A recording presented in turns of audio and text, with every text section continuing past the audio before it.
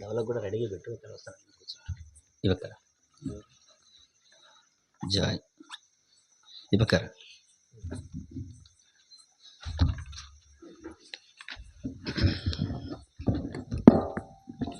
పాట సంఖ్య 271.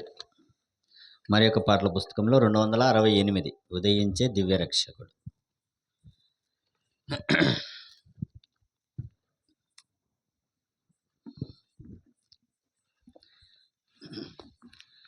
ఉదయించే దివ్యరక్షకుడు ఘోరాంధకార లోకమున మహిమా క్రీస్తు ఉదయించెను, రక్షణ వెలుగునీయను, రక్షణ వెలుగునీయను. ఉదయించే దివ్య రక్షకుడు ఘోరాంధకారమున దీపంబులేక పలుమారు పడుచుండగా,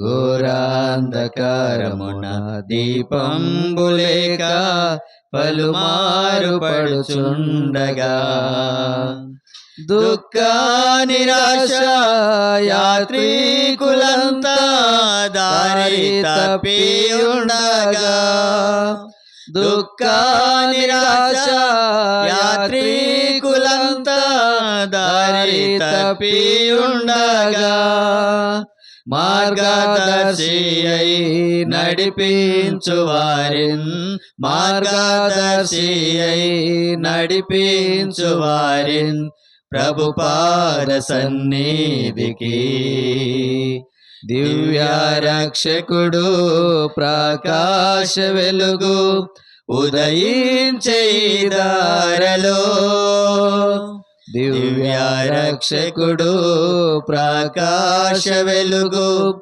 ఉదయించే దారలో, ఉదయించే దివ్య రక్షకుడు ఘోరాంధకార లోకమున మహిమా క్రీస్తు ఉదయించెను, రక్షణ వెలుగునీయను,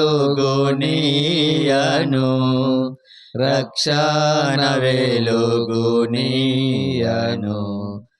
ఉదయించే దివ్య రక్షకుడు చింతా విచారముతో నిండి ఉన్న లోకారుదానా విని, చింతా విచారముతో నిండి ఉన్న లోకారుదానా విని, పాపము నుండి నశించిపోగా ఆత్మ విమోచకుడు,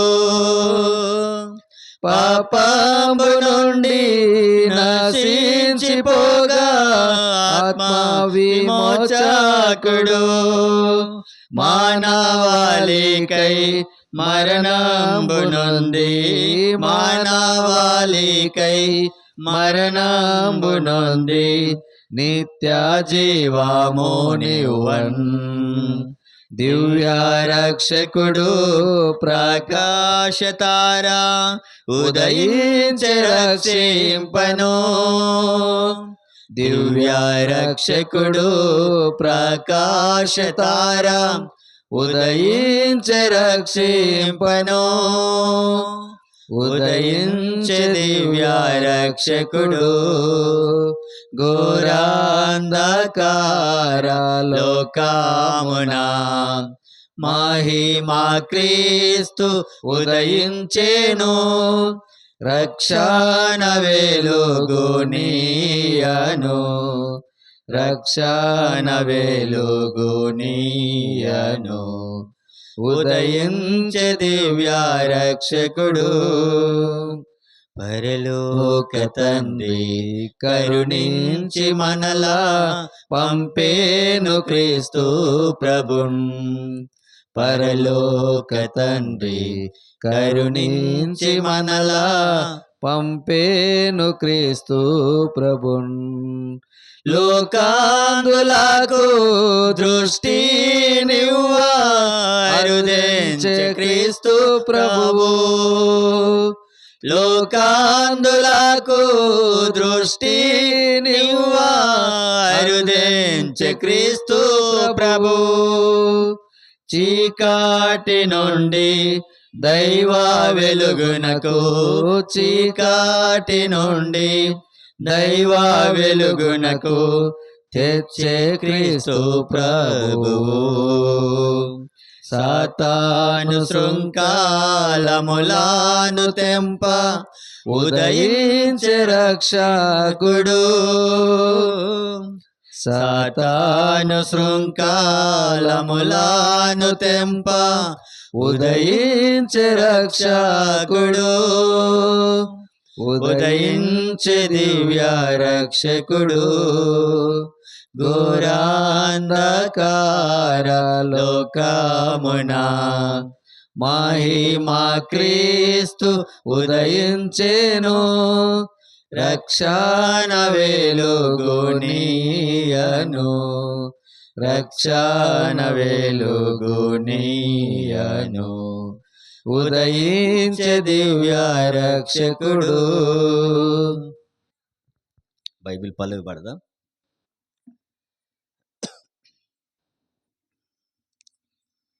భలే భలే మాట, బంగారు మాట. భలే భలే మాట, బంగారు మాట, బైబిల్లో మాట, యేసు మాట. భలే భలే మాట, బంగారు మాట, బైబిల్లో మాట, యేసు మాట. నా జీవితాన నీ జీవితాన మరువని మాట, యేసు మాట. నా జీవితాన నీ జీవితాన మరువని మాట, యేసు మాట. భలే భలే మాట, బంగారు మాట, బైబిల్లో మాట, యేసు మాట. భలే భలే మాట, బంగారు మాట, బైబిల్లో మాట, యేసు మాట. క్రీస్తు సందేశాన్ని విందాం రండినా.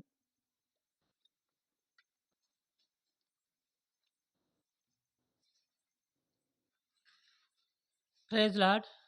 యేసుక్రీస్తు పరిశుద్ధ నామమునకే మహిమ. వచ్చేసినటువంటి తెస్సలోనిక విశ్వాసులందరికీ, మిట్టపల్లె వాసులకు, సహోదరి సహోదరులందరికీ నా హృదయపూర్వక వందనములు. సెమీ క్రిస్మస్ లాగా మనం ఈ దినము క్రిస్మస్ సందేశమును వినవచ్చున్నాము.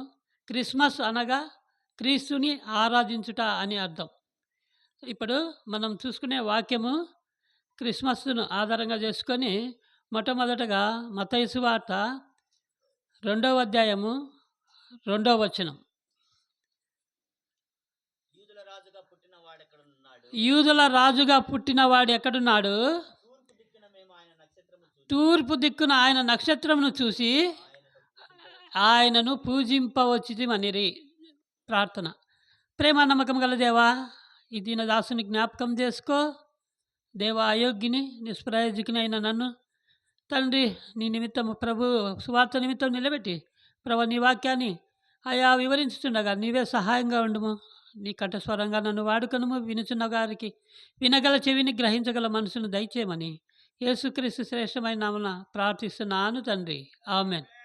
మరొకసారి క్రిస్మస్ శుభాకాంక్షలు వచ్చిన వారందరికీ కూడా మరొకసారి ఆ భాగం మనము చూసుకుందాము. మత్తయి సువార్త 2వ అధ్యాయం 2వ వచనం.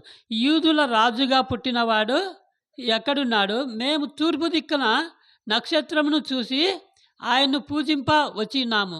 కాబట్టి వాళ్ళు జ్ఞానులు, దైవ జ్ఞానం కలిగినటువంటి వారు అయినప్పుడు కూడా దేవుడు ఎక్కడున్నాడో వారికి తెలియని సమయంలో, ఆ సందర్భంలో ఒక నక్షత్రం అక్కడ ఉదయించింది. ఏందబ్బా అంత పెద్ద నక్షత్రం పుట్టింది తోకచుక్కలాగాని వాళ్ళు ఆ నక్షత్రాన్ని పట్టుకొని వెతుక్కుంటూ వచ్చినారు. అది వచ్చేసి యూదయ ప్రాంతానికి వచ్చిందనమాట, యెరూషలేం దగ్గరికి. వచ్చినప్పుడు అక్కడ హేరోదు రాజు పట్టణం ఉంది అనమాట. రాజు అక్కడ ఉంటున్నాడు. ఆ రాజ్యంలోకి వచ్చినారు. ఒకవేళ ఆ రాజు కుమారుడు యూదుడు రాజు పుడుతున్నాడు కదా, ఒక నక్షత్రం పుట్టిందంటే వాళ్ళ జ్ఞాన శాస్త్రం ప్రకారము ఒక గొప్ప రాజు పుట్టినాడని అర్థం. అట్లా అర్థం చేసుకొని వాళ్ళు ఆ నక్షత్రాన్ని పట్టుకొని మార్గంలో వస్తూ వచ్చినారు. వచ్చిన తర్వాత యూదా పట్టణంలోకి వచ్చి ఆ రాజుని అడిగినారు, యూదులో రాజుగా పుట్టినవాడెక్కడ? మేము తూర్పు దిక్కున నక్షత్రం చూసి ఆయన పూజింపవచ్చితిమి అన్నాడు. ఆయన పూజించాలా, గొప్ప రాజు పుట్టినాడు అంటే ఈయనకు బాధ అయిపోయింది, కడుపులో బాధ అయిపోయింది ఈ హేరోదు రాజుకు, నన్ను తోసేసి ఆడ రాజుగా సింహాసనం ఎక్కుతాడని. అది కాదు, ఆయన రాజ్యము పరలోక సంబంధమైన దేవుని రాజ్యము, కానీ ఆయనకు గ్రహింపు లేదు కాబట్టి ఆ విధంగా బాధపడుతున్నాడు. కాబట్టి మనకు దేవుని తెలుసుకోవాలనే వారు చాలామంది ఉన్నప్పుడు దేవుని పిల్లలుగా ఆయన అంటే సరిపోని కూడా కొంతమంది ఉంటారు. హేరోదు రాజుకు ప్రభు అంటే సరిపోదు అసలు. కాబట్టి శత్రువు దేవుడు ఎక్కడుంటే అక్కడ శత్రువు ఆపోజిట్గా పనిచేస్తూ ఉంటాడు. కాబట్టి మనం మనం కిటుకును కనుక్కున్నప్పుడే మనం దేవుని చేరుకోగలుగుతాం. కాబట్టి ఆ తర్వాత ఏం చేసినా అంటే వాళ్ళు ఆ యొక్క జ్ఞానులు ఏం చేసినా అంటే తర్వాత ఆ నక్షత్రము ఆ పట్టణం దాటి మళ్ళా ముందుకు సాగుతూ ఉంది. అప్పుడు రెండవ అధ్యాయము 10వ వచనం, వారు ఆ నక్షత్రంను చూసి అత్యానందభరితులై ఆ ఇంటిలోనికి వచ్చి తల్లి అయిన మరియను ఆ శిశువును చూసి సాగిలపడి ఆయన పూజించి తమ పెట్టెలు విప్పి బంగారమును సాంబ్రాణిని బోలమును కానుకలుగా ఆయనకు సమర్పించిరి. వారు ఆ నక్షత్రం చూసి అత్యానందభరితులైనారు. మనకైనా ఒక వింత నక్షత్రం కనబడితే మనకు కూడా ఆనందమే కదా. కాబట్టి ఆ నక్షత్రమును చూసుకుంటూ ఆ పట్టణాన్ని దాటి యూదా బెత్లెహేంలోకి వచ్చినారు. అప్పుడు ఆ బెత్లెహేములో ఒక ఇంటిలో అప్పుడు ఆ దూత ప్రకారము ఆ ఇంటి మీద వచ్చి నిలబడినప్పుడు ఆ ఇంటిలోనికి వచ్చి చూసినారు. అప్పుడు తల్లి అయిన మరియా అప్పుడు తొట్టిలో పరుండబెట్టిన శిశువుని చూసినారు. అప్పుడు ఈయన యూదుల రాజు అని వాళ్ళు గ్రహించి వారి పెట్టెలను విప్పి బంగారమును సాంబ్రాణి గోళమును దేవునికి కానుకలుగా సమర్పించినారు.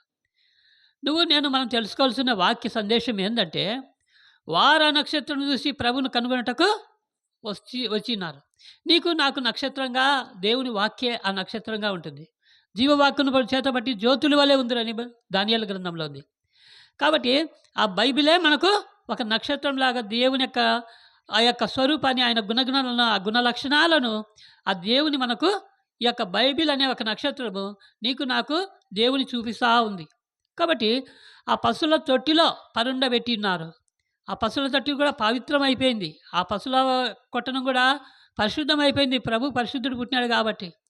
మరి ఆ తొట్టి మన హృదయంలా ఉండాలి. మన హృదయంగా దేవుని కొరకు సమర్పించుకోవాలి. అప్పుడు మన హృదయంలో యేసుక్రీస్తు జన్మించిన అంటే మన జీవితము పరిశుద్ధము పవిత్రముగా మారిపోతుంది. మన హృదయం మన జీవితమే. ఆనాడు పశువుల తొట్టిలో ప్రభును పరుండబెట్టినారు. ఈనాడైతే మన హృదయంలో ప్రభును చేర్చుకోవాలా. ప్రభును మన హృదయంలోకి స్వీకరించినట్లయితే మన హృదయంలో నివసించే దేవుడుగా ఉంటాడు.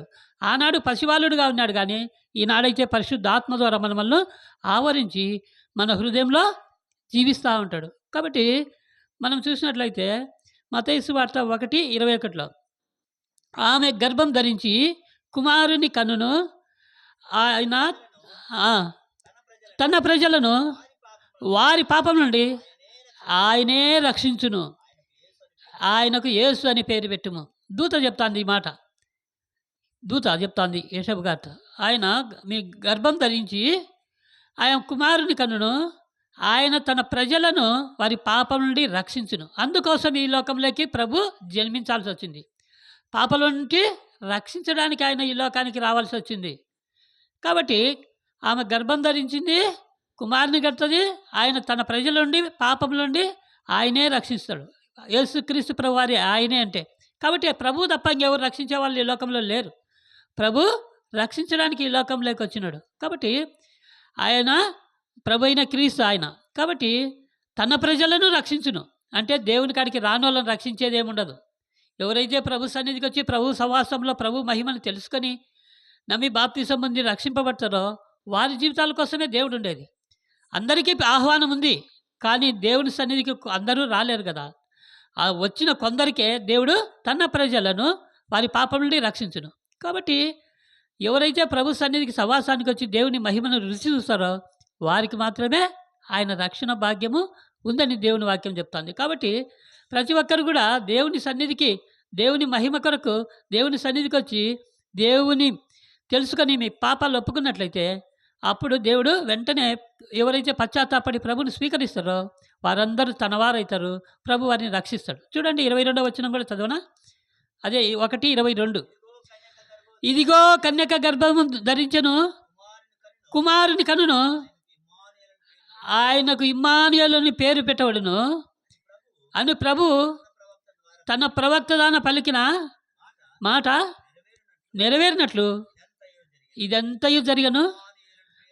ఇమ్మానుయేలు అని పేరునకు భాషాంతరమున దేవుడు మనకు తోడైనాడని అర్థం. చాలు. కాబట్టి కన్యక గర్భము ధరించి కుమారుని కనును, ఆయనకు ఇమ్మానుయేలు అని పేరు పెడతారు. ఇమ్మానుయేలు అంటే భాషాంతరంలో దేవుడు నీకు తోడైనాడని. కాబట్టి ఎప్పుడైతే గిన కన్యక, ఈ లోకంలో మనుషులు ఎవ్వరు కూడా కన్యక గర్భవతి కాదు. అది దేవుడికి మాత్రమే సాధ్యం, మనుషులకు ఎవరికి కాదు. అందుకే ఆయన యొక్క పుట్టుక అద్భుతం, ఆయన పుట్టుక అద్భుతమైన మహిమ. కాబట్టి కన్యకైనటువంటి పరిశుద్ధ కన్యక ఆ గర్భం ధరించి కుమారుని కనును, ఆయన పేరు ఇమ్మానుయేలు, దేవుడు తోడుగా ఉంటాడు. కన్యక అంటే పరిశుద్ధత, కన్యక అంటే పరిశుద్ధమైనది అని. కాబట్టి ఎప్పుడైతే నువ్వు నేను పరిశుద్ధంగా జీవిస్తామో నీ జీవితంలో, నా జీవితంలో ప్రభు ప్రవేశించి నీకు నాకు దేవుడు తోడై ఉంటాడు. ఇమ్మానుయేలు దేవుడు అంటే తోడుగా ఉన్న దేవుడు. ఇమ్మానుయేలు అంటే ఇమ్మానుయేలు అనే దానికి మీనింగ్ ఏంటంటే దేవుడు తోడుగా ఉన్నాడని ఉంది. కానీ ఇమ్మానుయేలు అని పక్షి కూడా ఉంది, అది రాజు పక్షి. ఆ మాట కూడా చూపిస్తాను మీకు. కాబట్టి కన్యక గర్భం ధరించి కుమారుని కనును, ఆయనకు ఇమ్మానుయేలు, భాషాంతరంలో దేవుడు నీకు తోడైనాడని దానికి అర్థం. కాబట్టి మనకు దేవుడు తోడుగా ఉండాలంటే మనము దేవునికి పరిశుద్ధంగా జీవించాలి. మరియమ్మ అయితే ఏ విధంగా పరిశుద్ధంగా జీవించిందో నువ్వు నేను అలాగా పరిశుద్ధంగా ఉంటే దేవుడు మరియమ్మకు తోడైనట్లు నీకు నాకు మనకు తోడుగా ఉంటాడు. ఇమ్మానుయేలు దేవుడుగా ఉంటాడు. చూడండి యెషయా గ్రంథము 7:14లో 2వ లైన్. యెషయా 7:14లో 2వ లైన్ ఏమనిందంటే అక్కడ, కన్యక గర్భం ధరించి కుమారుని కనును, కన్యక గర్భవతి అయి కుమారుని కని అతనికి ఇమ్మానుయేలు అని పేరు పెట్టును. యెషయా గ్రంథంలో ఎప్పుడో 14 తరాల క్రితమే యెషయా ప్రవక్త ప్రవచించినాడు. అది కొత్త నిబంధనకు చిలకే 1వ శతాబ్దము 1వ నెల 1వ తేదీన యేసుక్రీస్తు యెరూషలేములోని బెత్లెహేమ్ గ్రామంలో యేసుక్రీస్తు పసిబాలుడిగా జన్మించినాడు. కాబట్టి ఇమ్మానుయేలు అని ముందుగానే 14 తరాల ముందే ఇమ్మానుయేలు అని ఆయనకు పేరు పెట్టబడినది. ఇమ్మానుయేలు అంటే ఆ యొక్క పక్షికి కూడా ఉంది. ఇమ్మానుయేలు అంటే దేవుడు తోడుగా ఉన్నాడు. ఏ పక్షికి తోడుగా అంటే చూడండి 8వ అధ్యాయము 8వ వచనంలో కూడా ఆ పక్షి గురించి చూపిస్తాను మీకు. 2వ లైన్ 8వ అధ్యాయము యెషయా 8వ వచనము 2వ లైన్, 5వ లైన్ కాక సెకండ్. ఇమ్మానుయేలు పక్షి తన రెక్కలు ఇప్పినప్పటి వలె దాని రెక్కల వ్యాపకము నీ దేశ వైశాల్యమంతటను వ్యాపించును. అది పక్షిరాజు అన్నమాట. ఇమ్మానుయేలు అంటే పక్షిరాజు. పక్షిరాజు ఇంకొకటి దేవుడు తోడైనట్టు. అంటే ఈ పక్షిరాజు ఏ విధంగా తన పిల్లలకు తోడుగా ఉండి వాటిని కాపాడి రక్షించుకుంటుందో మన ప్రభు అయిన యేసుక్రీస్తు కూడా రాజు. ఫస్ట్లో చెప్పిన కదా ఈదుల రాజు అని. ఈదుల రాజుగా పుట్టినవాడెక్కడా? పక్షిరాజు ఏ విధంగా తన పిల్లలను కాపాడుకుంటూ వస్తుందో ఆ విధంగా మన రాజులకు రాజు, రారాజైన మన ప్రభు అయిన యేసుక్రీస్తు రాజుగారు ఇమ్మానుయేలు దేవుడుగా మనకు తోడైండి మనల్ని రక్షిస్తాడు. అంతేకాదు తన రెక్కలు పురి విప్పి ఆ దేశమంతటిని వ్యాపింపజేస్తుందంట వైశాల్యాన్ని. అలాగనే నిన్ను నన్ను, మన కుటుంబాలను, మన గ్రామాలను కూడా దేవుని యొక్క రెక్కలను విప్పి ఆశీర్వాదకరంగా మనల్ని కాపాడుతూ వస్తాడు. అది ఇమ్మానుయేలు పక్షి అంటే పక్షిరాజు అంటే అదే యేసుక్రీస్తు రాజు. ఆ రాజే ఇమ్మానుయేలు దేవుడు. ఆ ఇమ్మానుయేలు దేవుడే తన రెక్కలు విప్పి పురి మనలందరినీ ఆశీర్వాదకరంగా చేయుటకు ఈ లోకానికి వచ్చినాడు. కాబట్టి ఎందుకు వచ్చినాడు ఈ లోకానికంటే ముఖ్య ఉద్దేశము చూడండి, తిమోతి పత్రిక 1వ అధ్యాయం 15వ వచనము. పాపులను రక్షించుటకు ఈ లోకమునకు పాపులను రక్షించుటకు క్రీస్తు యేసు ఈ లోకమునకు వచ్చిన వాక్యము నమ్మదగినయు పూర్ణ అంగీకారమునకు యోగ్యమైనది. కాబట్టి ముఖ్య ఉద్దేశం ఏంటంటే పాపులను రక్షించుటకు యేసుక్రీస్తు ఈ లోక రక్షకుడుగా వచ్చినాడు. ఇది నమ్మదగినది. దేవుని వాక్యమే, దేవుడే మాట్లాడుతున్నాడు. నమ్మదగినది, పూర్ణ అంగీకారం. ఇది పూర్ణంగా నమ్మాలా, కొంచెం కొంచెం కాకుండా సంపూర్ణంగా నమ్మాలని దేవుని వాక్యం సెలవిస్తుంది. ముఖ్య ఉద్దేశము పాపులను రక్షించుటకు ఈ లోకమునకు వచ్చినాడు యేసుక్రీస్తు. ఇది నమ్మదగినది, పూర్ణంగా అంగీకరించే పూర్ణంగా అంగీకరించాలా యేసుక్రీస్తును సంపూర్ణంగా. ఆయన మన పాపాలు రక్షించుటకే ఈ లోకానికి వచ్చినాడు. ఆయన మన పాపములను తీసివేయటకు వచ్చినాడు.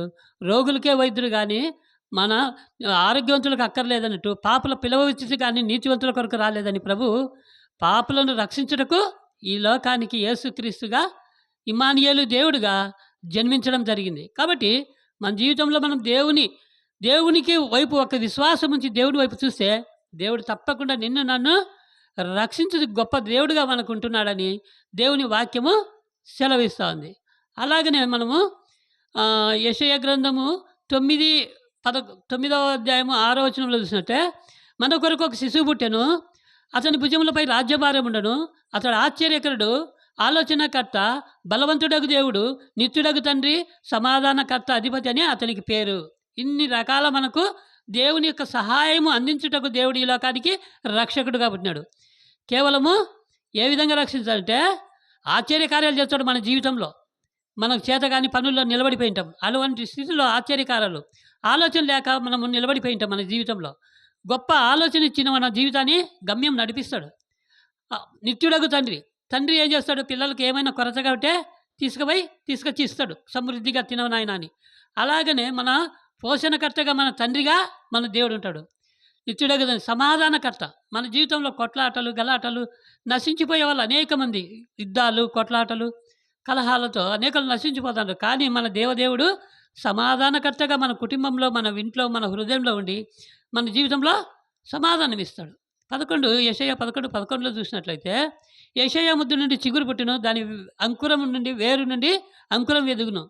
యెషయా ముద్దు అంటే అదే యూదా వంశంలోంచి యేసుక్రీస్తు ఈ లోకానికి పుట్టి సర్వలోకానికి ఒక రక్షకుడిగా పుష్పించి ఫలించినాడు. నువ్వు నేను కూడా మన హృదయంలో ప్రభువు చిగురించి మనం ప్రభువులో మనం ఫలించి వర్ధిల్లేవారుగా మన జీవితం ఉండాలని దేవుని వాక్యము సెలవిస్తూ ఉంది. కాబట్టి తర్వాత వచనం చూడండి, లూకాసు వార్త 1:28. ఆ దూత లోపలికి వచ్చి, దయాప్రాప్తురాలా నీకు శుభము, దేవుడు నీకు తోడై ఉన్నాడు అని 1:28లో ఉంది. కాబట్టి ఆ దూత ఆ ఇంటిలోనికి వచ్చి మరియాతో ఈ మాట మాట్లాడతాను. దేవదూత, దయాప్రాప్తురాలా నీకు శుభము, నీకు దేవుడు తోడుగా ఉన్నాడంటుంది. అంటే ఆమె ఎప్పుడైతే పవిత్రంగా పరిశుద్ధంగా జీవిస్తూ వచ్చిందో ఆ ఇంట్లోనికి ప్రవేశించినాడు దేవుని దూత, ఆమెను ఈ విధంగా దీవిస్తుంది. దయాప్రాప్తురాలా నీకు శుభము, నీకు దేవుడు తోడైనాడు. ఏమిటి ఆ విషయం అని ఆమె కలతపంది ఆలోచించుతూ ఉంది అనమాట. ఏందబ్బా ఈ శుభమని. మరి నువ్వు నేను మనం ఎప్పుడైతే మరియలాగా పరిశుద్ధంగా జీవిస్తామో నీ ఇంట్లోకి మన ఇంట్లోకి దేవుని యొక్క ఆశీర్వాదం, దేవుని యొక్క శుభవచనాలు మనలోకి వస్తాయి. ఏమిటి ఆ యొక్క అని బహుగా తొందరపడి ఆమె ఆలోచించుతుండగా మా దూత మళ్ళా ఇట్లా అంటుంది, మరియా భయపడకము, నీవు పరిశుద్ధాత్మతో నువ్వు గర్భం ధరించి మహోన్నతుని శక్తి నిన్ను కమ్ముకొనును, పుట్టబోవు శిశువు పరిశుద్ధుడను, అతనికి యేసు అని పేరు పెట్టదు, అతను సర్వోన్నతుడైన కుమారుడనవను అని దేవదూత మరొకసారి వర్తమానము ఆ యొక్క మరియకు బాగా వివరంగా వివరించేసింది. అప్పుడు మరియా భయం తొలగి అప్పుడు అన్నింది, అప్పుడు నీ చిత్తము, ఇదిగో ప్రభు దాసురాలను, నీ చిత్తము జరుగును గాక అని తాను దేవునికి అప్పగించుకుంటా వచ్చింది. మరి నీ జీవితం నా జీవితంలో కూడా పరిశుద్ధాత్మ నిన్ను నన్ను ఆవరించి మనం దేవుని శక్తి మనల్ని కమ్ముకోవాలంటే మరి ఎలాగ మనము దేవునికి అప్పగించుకొని సమర్పించుకునే అనుభవంలో ఉంటే తప్పకుండా దేవుని యొక్క ఆశీర్వాదము, దేవుని యొక్క దీవెన నీకు నాకు వస్తుందని దేవుని వాక్యము సెలవిస్తూ ఉంది. కాబట్టి ఆ రీతిగా మనము పరిశుద్ధంగా జీవించాలి. చూడండి, లూకా సువార్త 2వ అధ్యాయము 8, 9 వచనాలు.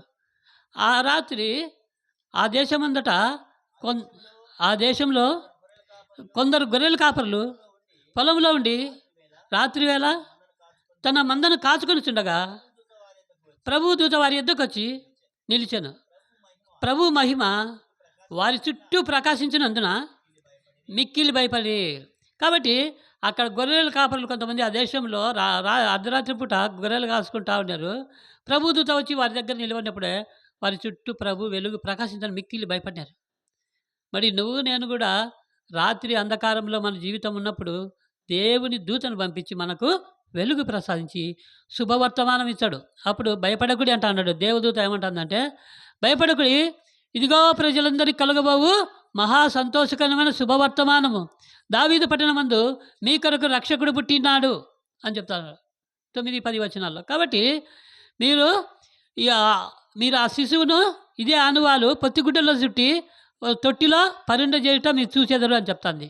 అప్పుడు ఆ దూతతో కలిసి అనేక కోట్లాది దేవదూతలు కలిసి ఆ యొక్క దేవుని మహిమపరుస్తూ 14వ వచనం, సర్వోన్నతుని స్థలంలో దేవునికి మహిమ, భూమి మీద ఆయనకు ఇష్టలైన వారికి సమాధానమని దేవుని స్తుతిస్తూ మహిమపరుస్తూ పరలోకంకి ఎక్కిపోయినారు దేవదూతలు.